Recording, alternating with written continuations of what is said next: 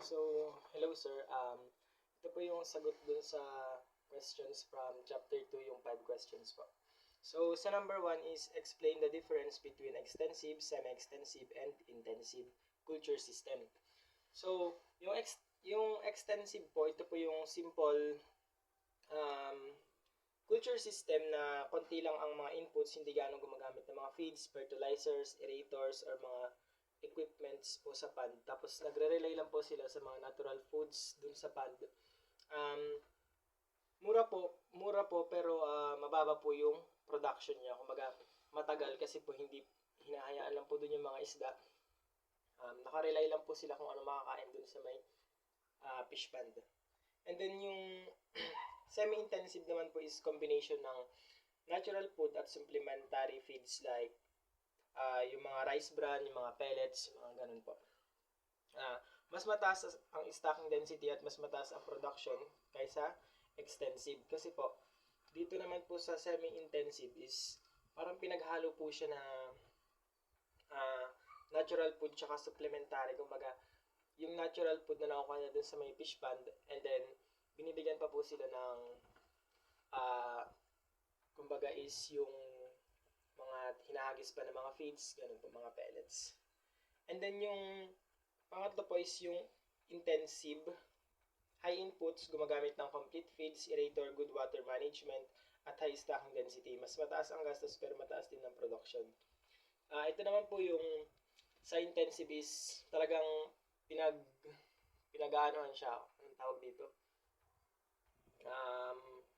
Kumbaga pinaglalaanan siya ng effort yung mga isda na inaalagaan dito.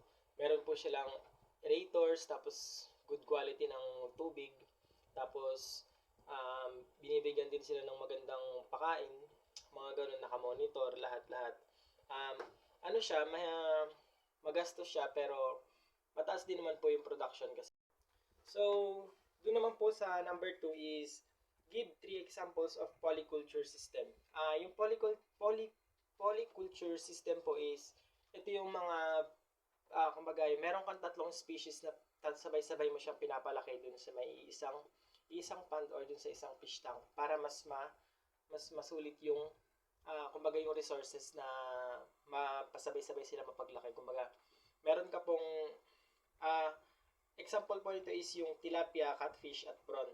Tatlo po silang pwede mo silang alagaan ng sabay-sabay sa isang fish pond kasi po hindi naman po sila nagiging sagabal sa isa't isa. Kumbaga yung isda ay yung tilapia, hindi niya naman po kakainin yung mga prawn, and then yung catfish hindi niya rin po kakainin yung mga tilapia. Parang ganoon, parang wala pong nangyayaring predation kapag yung tatlong yun yung pinagsama-sama mo sa isang pond. Yun po, ganun po yung polyculture system. So sabi dito is give 3 examples, which is yun nga po, yung una is tilapia plus catfish plus prawn. And then yung pangalawa is milkfish, yung bangus, tilapia, tsaka seaweeds. And then yung pangatlo is carp, tilapia, tapos shrimp. Ayun po. Ganun po yung polyculture system. Ito naman po yung sa number 3, which is yung explain the difference between static open, semi-closed, and recirculating closed system. Make a SWOT analysis about each topic. So, sa static system, ito yung tubig sa pond o tank ay hindi palaging pinapalitan. Nagdedepende sa natural process. Yung static pond, from the word static, parang ang hindi po pinapalitan, static lang, siya lang yung nandun. Kung ano yung nandun, yun lang yun, hindi papalitan. And then open system, constant flow ng tubig. Example, cages sa dagat or river, freshwater palagi. Sa open system naman po, di ba po meron sa mga malapit sa dagat. Kumbaga yung fish cage, meron lang po siyang nets, tapos yung tubig po na dumadaan dun is parang ano lang, open lang siya. Kumbaga hindi mo na kailangan palit-palitan, hindi mo na kailangan alisin dun or anuhan kasi nga po nasa open sea siya or nasa mismong dagat. Ayun. And then yung semi-closed system naman is may water exchange pero hindi palagi. May treatment bago ibalik. So yung semi-closed po is meron siyang water exchange. Kumbaga kumbaga yung fish pond po, nagpakawala kayo ng tubig, mawawala yung tubig pero hindi po palagi. Tapos meron ding pumapalit or pinapalitan siya pero hindi palagi. Kumbaga, siguro pag need lang, saka po siya papalitan. And then yung recirculating system naman or yung closed system, reused water na dumadaan sa filtration system, konti lang ang water replacement, high technology. Yung recirculating is yung tubig na nasa pond, siya lang din po yun yung tubig na ibabalik dun sa mismong pond. Gumagawa lang po ay dumadaan lang po ito sa may filter or finifilter lang po yung tubig para maging malinis ulit. And then yun na po ulit yung gagamitin dun sa pond. Kumbaga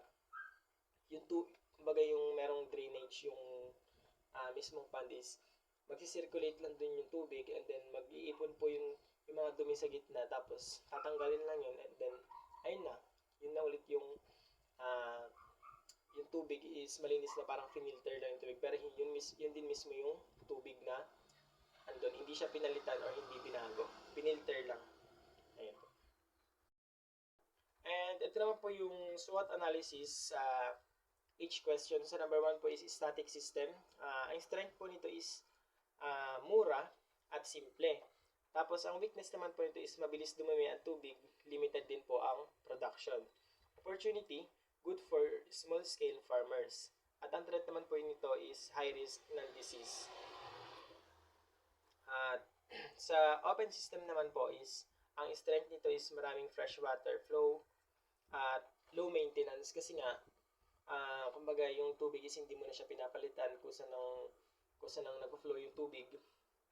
At ang weakness naman ng open system is dependent sa environment and controllable water quality. Kasi nga, kumbaga, yung cage mo is nasa malapit lang dalampasigan or malapit sa dalampasigan. And then, yung weather po ngayon is hindi maganda, maulan, ganyan. Tapos, pag umulan, syempre, minsan po kasi sa dalampasigan ng dagat is medyo iba yung tubig, kumbaga, parang medyo malabo. And dun po naapektuhan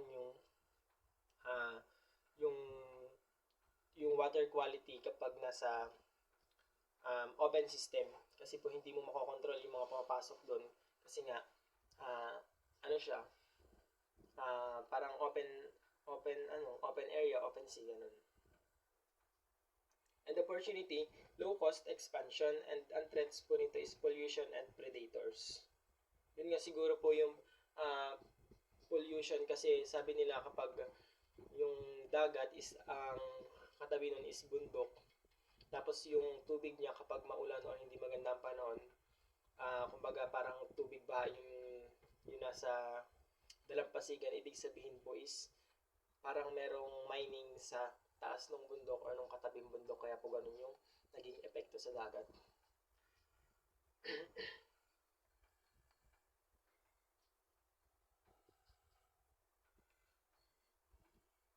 And then sa semi-closed system naman po is, ang strength dito is mas controlled ang water quality.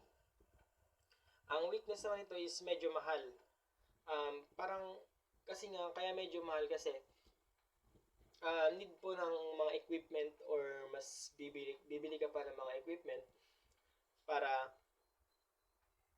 mas maayos na water quality. And opportunity, better survival rate. Kumbaga nagpakawala ka ng 100 tilapia or bangus dito, asahan mo na hindi bababa sa 90 yung maaani mo, kasi nga mas mataas yung survival rate dito sa semi-closed system para sa iba.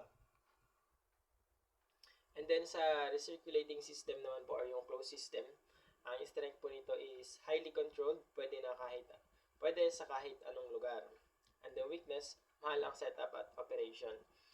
Nagiging mahal na po ang setup at operation dito kasi nga need ng aerators, ng mga aparatos, ng mga equipment para sa mas magandang water quality. And then, threat po is system failure or malaking loss. Katulad ng pag hindi gumana yung mga equipment mo or yung mga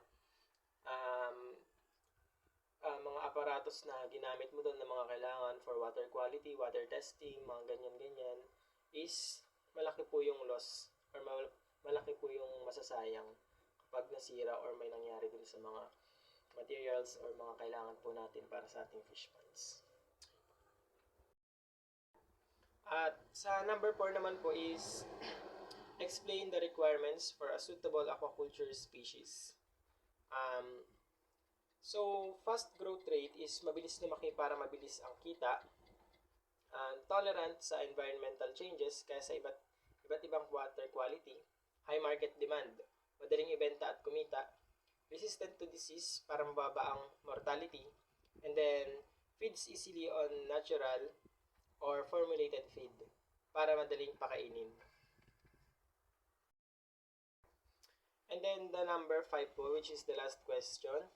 Explain the SWOT analysis of the case studies mentioned in the chapter. So, parang ang gagawin na lang po natin is i-general na lang po natin. Number 1 is yung strengths. Ano yung advantage ng case. Example is maganda yung location. Kung mataas ba ang production or good species choice. Kung maganda po yung kung saan compatible yung pipiliin mong species. Kumbaga yung tilapia.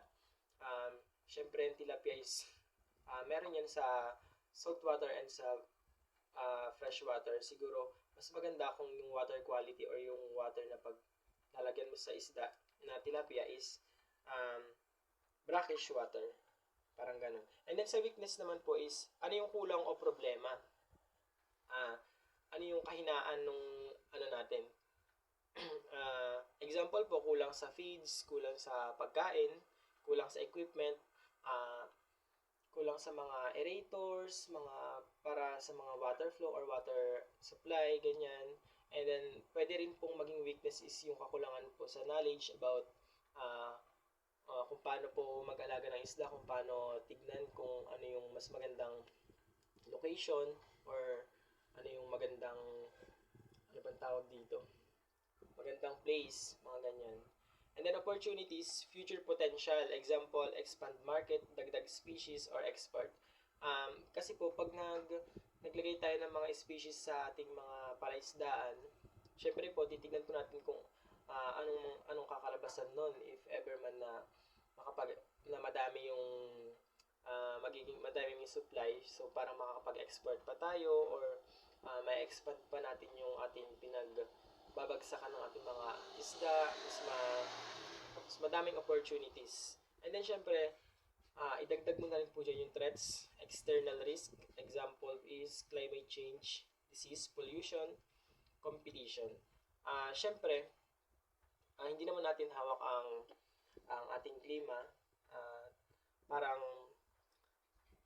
kung mag-aalaga ka ng tilapia ng summer, di ba po, is tag-init, or minsan po mahirap ang tubig. Kaya parang, mas maganda kung isipin mo, iayon mo yung plano mo sa seasonal change. Kasi, alam nga naman magawa ka ng fish pond ka sa summer. Minsan po yung mga highlands or yung mga ibang lugar is walang magandang water source. Pwede paano na yung mga paano na yung mga aalagaan mo. And then of course, yung competition po. Kung madaming nag-aalaga, nag-fish farming, syempre mas parang bababa yung presyo or ng mga inaalagaan natin kasi nga po madami kayo, sabay-sabay pa, kasi isang bagsakan sa market, kumbaga, edi parang magbababa kayo ng price kasi nga napakadami. Parang ganun po.